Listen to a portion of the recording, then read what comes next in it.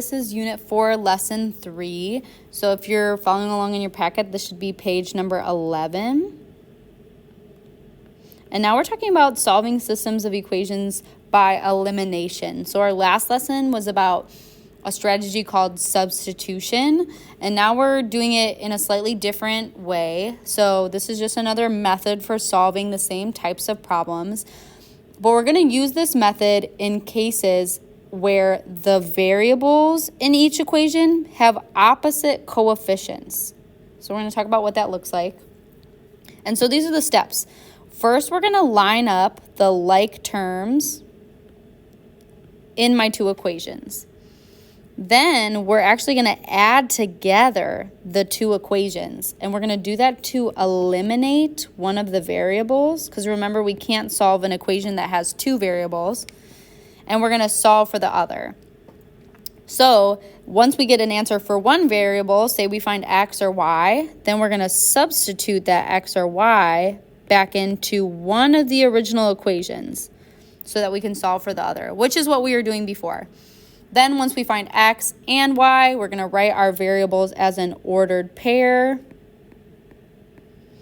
And we are going to check our answer, as always, by plugging back in our values to the original equations. So what is that going to look like? Still, those fill in the blanks are there. Again, we're only going to use this for a certain type of situation when I have opposite coefficients. And what does that mean? The coefficient is the number in front of the variable. So looking at number 1, I have opposite coefficients with the y's. I have plus 4 and minus 4y. So those are two opposite coefficients. So this would be a great situation for elimination. What I have to do first, look at step number 1, is to line up the terms. And they just mean, let's make sure that my two equations are written. So like the x's are above each other, the y's are above each other, the constants are above each other. See how they're lined up like that? Because when I add the two equations together, I'm going to literally add them together.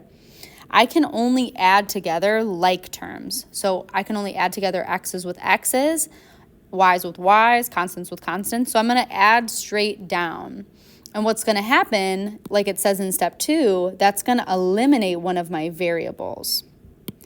So what happens here if I add together these two equations? Negative 2x plus 3x is the same as 3 minus 2. I could switch the order. So that's 1x, but usually we don't write 1x. We just write x is 1x, like that. And then I have opposite coefficients. So positive 4 plus a negative 4, when I combine those two together, plus 4 and minus 4 together, those cancel out. Those eliminate each other because I get 0. Plus 4y and minus 4y gives me 0. Then when I add together 4 plus 2, I get 6. So I'm keeping my equal sign where it is, and so this is what I end up with. I get x equals 6. So that's my answer for x. So thinking about my final answer is going to be an ordered pair. The first number is 6. So when I eliminate that y, I'm able to find x. Now my third step is to substitute back my answer into one of the original equations to solve for the other variable. So let's see what that might look like. I'm going to substitute 6 back into either equation. Either one is fine. Maybe I'll do the first one. So what I would get if I have negative 2 times x plus 4y equals 4. I'm just going to replace x with 6. So instead of negative 2 times x, negative 2 times 6 plus 4y equals 4. Negative 2 times 6 is negative 12 plus 4y equals 4. And now I could do opposite operations to both sides to find y. When I have just one variable from here, I can also do an on and off table. I know a lot of people felt really confident with that. So if we did that, let's do it right here. Negative 12 plus 4y equals 4. And this is kind of a tricky on and off table, but you can do it. So my variable I'm trying to find is y. What did I do to y? First, I multiplied y by positive 4. People get thrown off by the plus 4. but I'm multiplying that 4 with y. And then I'm taking away 12 from that side of the equation. So I'm taking away from the y too because it's negative. And I got 4. When I go to find y now, I'm going to start with 4 and I'm going to go in the opposite direction. And I'm going to do the opposite operation. So instead of minus 12, I'm going to add 12. 4 plus 12 is 16. Instead of times 4, I'm going to divide by 4. 16 divided by 4 is 4. So I can do my on and off table to find y, and y is 4. That's my final answer, 6 and 4. So to check my answer, I could take 6 and 4 and plug those two values back into my two original equations. So if I'm just copying down the original two equations exactly how they were in the first place, nothing special. Now I'm just going to replace x and y with the values we just found for x and for y. If I do that, I get negative 2 times 6 plus 4 times 4. And I should be able to either in my head or on a piece of paper or with a calculator find out what this is. Negative 2 times 6 plus 4 times 4, and it is 4. So I know that I'm correct. Same thing on the other side. 3 times x, well, if x is 6, 3 times 6 minus 4 times 4 equals 2. And I should also get 2 if I use a calculator, if I have to. So that's how I'm going to solve my equation and check. So let's look at number 2. So again, I have two opposite coefficients. I have positive 6x and negative 6x, and so those will cancel each other out. So I already know this is a good contestant for elimination. When I add these two equations together, my opposites will cancel, but I still have 2y, and then I'm taking away 5y. So what do I have there? 2 minus 5 is negative 3y equals 4 plus negative 28, which would be like 4 minus 28 is negative 24. So I'm not quite done here. I have to do one more step to find y. If it's negative 3 times y, remember this means I'm multiplying. To get rid of that negative 3, I'm going to divide. Opposite operations. I have to do everything to both sides to keep my equation equal, which is perfect because negative 3 divided by negative 3 is 1y, and that's what I want. I want to find 1y. Negative divided by a negative is positive. 24 divided by 3 is 8. So in the last problem, we found x first. Now we found y first. It doesn't really matter which one you end up finding first. I'm still just going to plug y back into one of my equations. Doesn't matter which one. I might do the top one again because the second equation has a lot of negative signs, and sometimes that could be frustrating. So let's put 8 back into that first equation. So again, I have 6x plus 2 times 8. So I'm replacing y because that's what I found. Don't replace x on accident. So I got 6x plus 2 times 8 equals 4. 2 times 8 is 16. So now I'm going to solve for x. Again, from here I can do another on and off table. Totally fine to solve for x now. What am I doing to x? I'm multiplying by 6, and then I'm adding 16, and I get 4. So I'm going to do opposite operations. I'm going to take away 16 from both sides and get 6x equals 4 minus 16 is negative 12. Divide both sides by 6 to get 1x instead of 6x. And x equals negative 12 divided by 6, negative 2. So I got my x and y again. Write my final answer as an ordered pair, negative 2, 8. And plug back in my values for x and for y into my two original equations. I should get something true.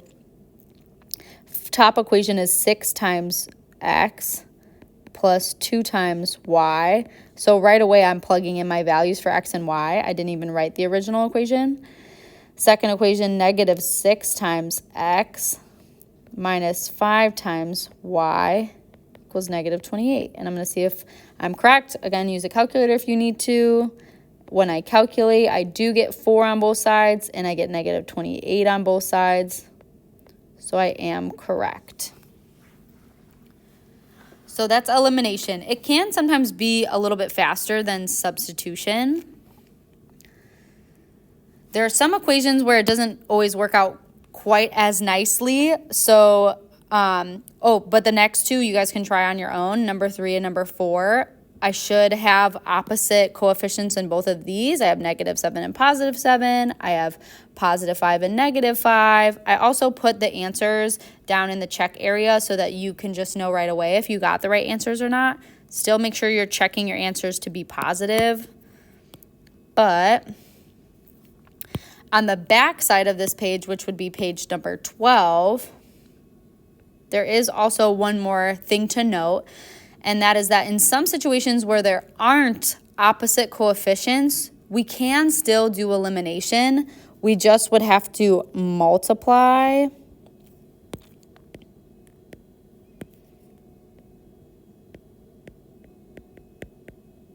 one equation by a constant to create opposite coefficients.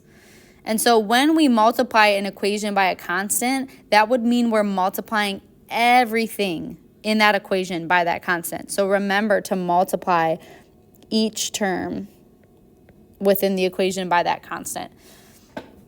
And so what does that mean? Like, looking at this first equation, I don't have any opposite coefficients. I have -1x and +2x. I have 2 and 3y. So those are not opposite. But maybe looking at just the x's, I almost have opposite coefficients. I have -1x and +2x. They almost cancel out. And if I was to multiply -1 by 2, I would have -2x.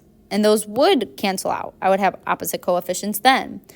So if I notice something like that, especially with two numbers that are factors of each other, I could multiply that entire first equation by 2.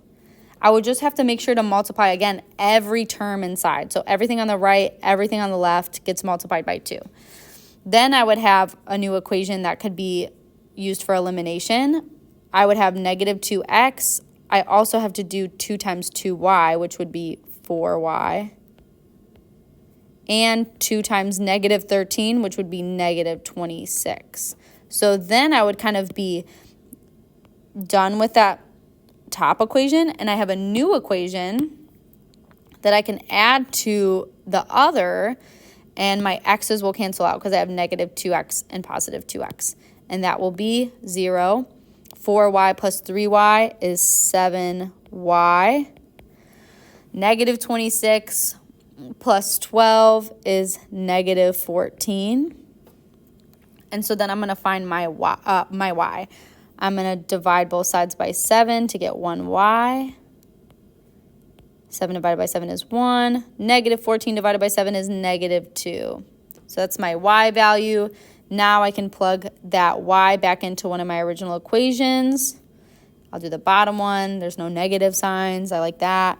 So 2x plus 3 times y.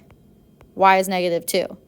So see how I replaced y with -2 equals 12. Now I can solve this for x. So I have 2 times x, and I have negative times a positive is a -6 equals 12. I can do an on and off table, or I can do opposite operations to both sides. I can add 6 to both sides, and I would get 2x equals 18. Divide both sides by 2. And I would get x equals 9. So my final answer would be 9, -2. Remember, x comes first in the ordered pair, just like in the alphabet, x and then y. And when I go to check my answer, I'm plugging in 9 for x and -2 for y.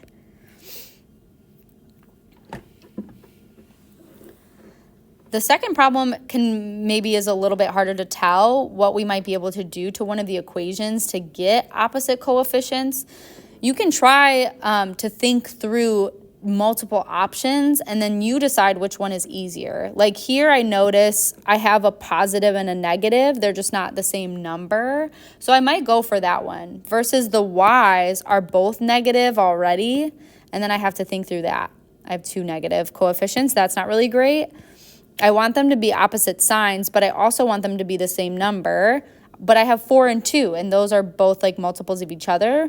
And so if I multiply the bottom by 2, I'll get negative 4x, right? If I multiply that whole entire bottom, both sides, by 2, I'll get negative 4x, because 2 times negative 2 is negative 4, negative 10y, and negative 58 by multiplying everything by 2. Then I can kind of be done with that equation, add my equations together so that my x's will cancel out and I can find y. 4x minus 4x, that's 0. I have negative 1y minus 10y, so negative 11y equals negative 19 minus 58 is negative 77. So my final step would be to divide both sides by negative 11 to get 1y. Y equals, negative divided by a negative is a positive, 7.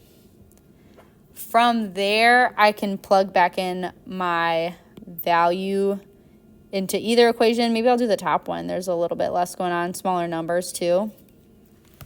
So I get 4x minus 7 equals negative 19. And I can solve that for x. I can do an on and off table now. What am I doing to x? I'm multiplying it by 4 and I'm subtracting 7. So if I do the opposite order, opposite operation, I'm going to add 7 to both sides. That's a tricky one. Negative 19 plus 7 is negative 12. Divide both sides by 4 to get 1x. So x is negative 3. My final answer would be negative 3 comma 7 is my intersection point. So x equals negative 3, y equals 7. Plug those back in and solve. They are tricky problems. There's a lot of steps. Make sure you're always looking back at the steps in your notes to solve new problems, because it can be pretty hard to look back at this work after it's all done and remember what you did. But that's why the more practice, the better. You're going to try 7 and 8.